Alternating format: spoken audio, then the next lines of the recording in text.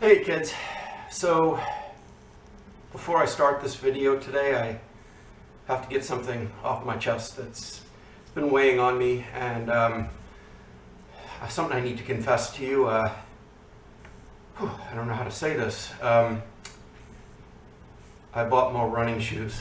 I know, I'm so filled with shame. 3 pairs, oh dear.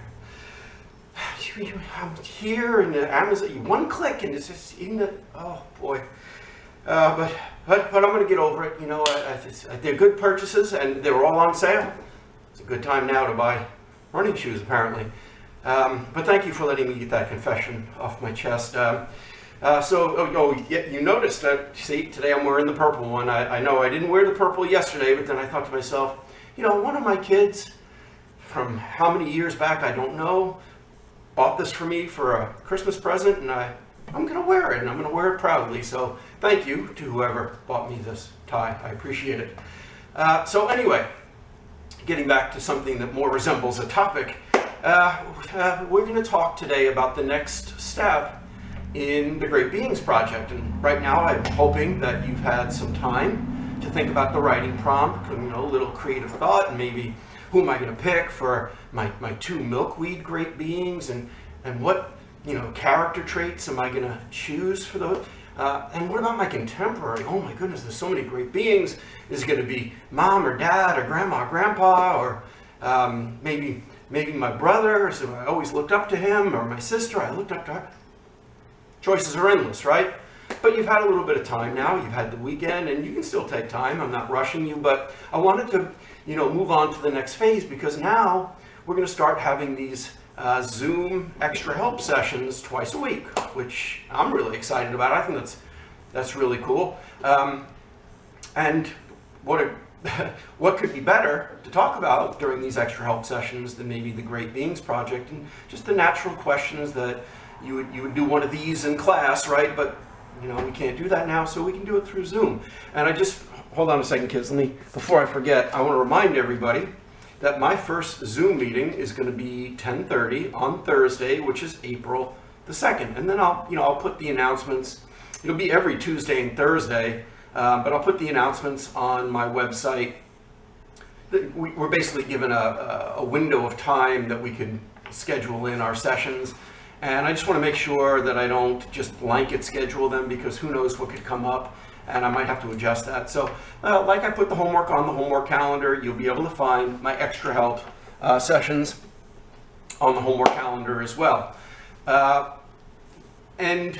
know, you guys know, anyway, you can always reach out to me by email if you have a question that can't wait until Tuesday or Thursday, or if you can't be around to Zoom. That's fine. So let me move on. Today we're going to talk about the graphic organizer. Every project we've ever done together, we always go to my website, and I ask you to open up a link that's the graphic organizer, and then we convert it to a Google Doc. And I want you to do the same thing. Let me get my little laptop over here, or whatever this is, netbook here. And what you can see is that when you convert it to a Google Doc, we have the same graphic organizer that we use for the argument essay. I don't know if you guys can see that, but you'll be able to download it and check it out. But it'll look very familiar to you, which was the point. I didn't want to introduce anything that was going to be unfamiliar that you'd have a lot of questions about. So really what this is you're going to have 3 body paragraphs. Body paragraph 1 will be your first choice great being from milkweed. Body paragraph 2 will be your second choice from milkweed. And body paragraph 3 will be your contemporary great being. So for body paragraph 1, you can see that for the first text example here, I have a character trait. Character traits, I listed a few on the writing prompt, and you can go back and look at them. But what's the rubric for a great being? People who are wise, people who are selfless, people who are courageous, people who are generous. You could just keep going on and on and on. There's no end to the character traits that you could select. And even though I have a bunch on my website, you have my permission to pick whatever character trait you think, according to your rubric, makes that character or contemporary a great being, okay? But that would go in this box. And then the text example that would match up with the quote, because I do expect you to use quotes for body paragraph 1 and 2, would go in the middle box. And then over to the right, just like we did with the argument essay, I would like 5 detailed, thorough, insightful sentences analyzing how that text example proves that that character in that situation was a great being. And you're going to do that 3 different times. Now, you could have 3 different character traits if you wanted to, or you could just have 1 character trait and repeat it 3 times.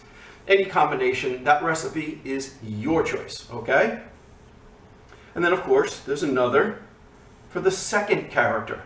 Another page for the second character in Milkweed. And that's the same thing. I don't have to go over that again. But when we get to the contemporary, okay? When we get to the contemporary, kids, you'll notice that the middle column now says quotes or paraphrases. Because again, if you're picking your grandpa or your grandma or, a family member, I would imagine that most of your family members probably haven't written books for you to quote from. So you're going to have to put things into your own words, and that's fine for the contemporary paragraph. But you could formulate that idea, whatever it turns out to be, something that you remember this person in your family, or this sports star, or this celebrity perhaps, or historic figure or politician from today. When I say contemporary, I mean historic from currently. Anything that you would want to put would go right there.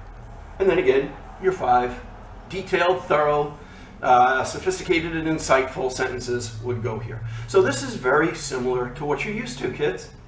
And now, what have I not given you? I'm going to put this over here before I drop it. What have I not given you? What have I never given you at the beginning of a project? That's right. You guys know me so well. No deadline. No deadline. We're just brainstorming. What I wanted to do was to give you a real structure, a container, because now I think you've got a lot of ideas and we have to start to get organized. And this is a very familiar way for you to do just that. Now, you might start working a little bit and collecting some quotes while you're reading Milkweed. These quotes are going to pop out at you, and these situations are going to pop out at you, and you're going to say, "Oh, I better capture that and put it into the graphical organizer now while it's fresh in my mind." If questions come up, remember, 2 days a week, you can always interface with me through Zoom, or you could email. That would work fine as well. But for right now, no deadlines. Okay, kids? Have fun with this. This is a great project. I hope it really gets you creative. And I hope as you're writing, you discover that this topic of great beings really resonates with you and is meaningful. All right, kids. Catch you soon. Be good.